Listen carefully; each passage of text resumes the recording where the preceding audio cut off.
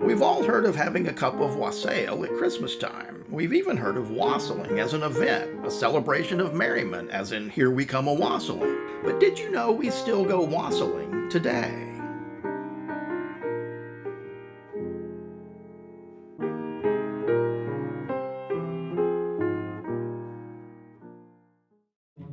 Funding for the story of carols provided by Jim and Betty Holthauser in honor of their parents Alfred and Betty Marie Pence and Normand and Patricia Holthauser.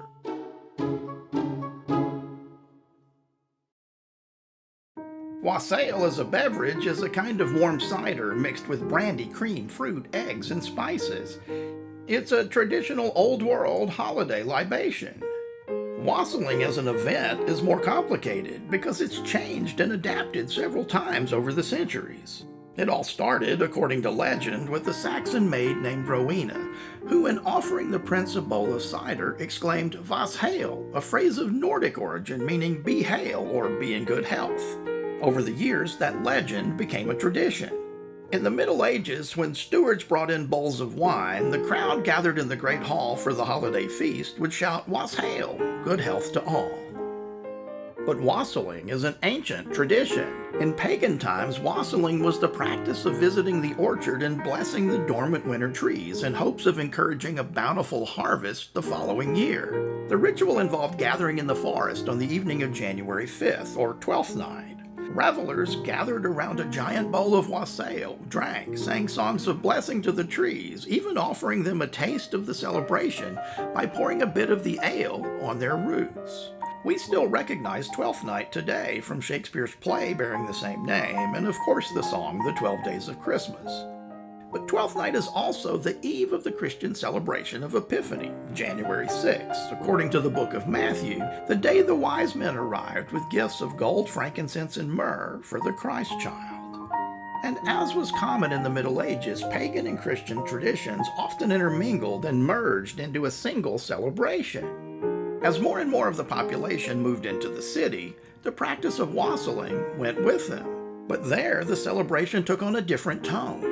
Wassailing intermingled again, this time with urban traditions, becoming more akin to what we know today as trick-or-treat.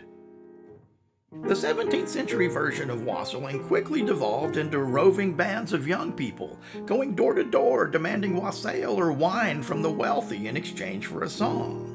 As in trick-or-treat, non-compliance wasn't accepted lightly. Refusing to leave without satisfaction, the revelers would fire guns and break windows. Home invasions were common, drunken singers forcing their way into people's homes and loudly occupying the parlor until they were served booze and food. One lyric they sang declared, "If you don't open up your door, we'll lay you flat upon the floor."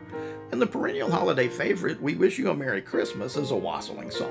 The second verse demands, "Bring us a figgy pudding," and the next verse flatly states, "We won't go until we get some." As a result of all this unrest, the powers that be in Britain had seen enough, and in 1647, Puritans in Parliament passed a law banning Christmas and Easter entirely. By 1660, though, the monarchy was returned, and the Puritans were exiled to the colonies where they encountered the same problems. Christmas was outlawed once again, not celebrated in some parts of New England until the early 19th century. But the holiday endured, and as always, wassailing adapted with the times. A much milder version emerged. Gone was the vandalism, the drinking, the begging, and licentiousness. What remained was the singing. Even the greeting "Wassail" was replaced with the English "Here's to you," and wassailing became what we know today as caroling.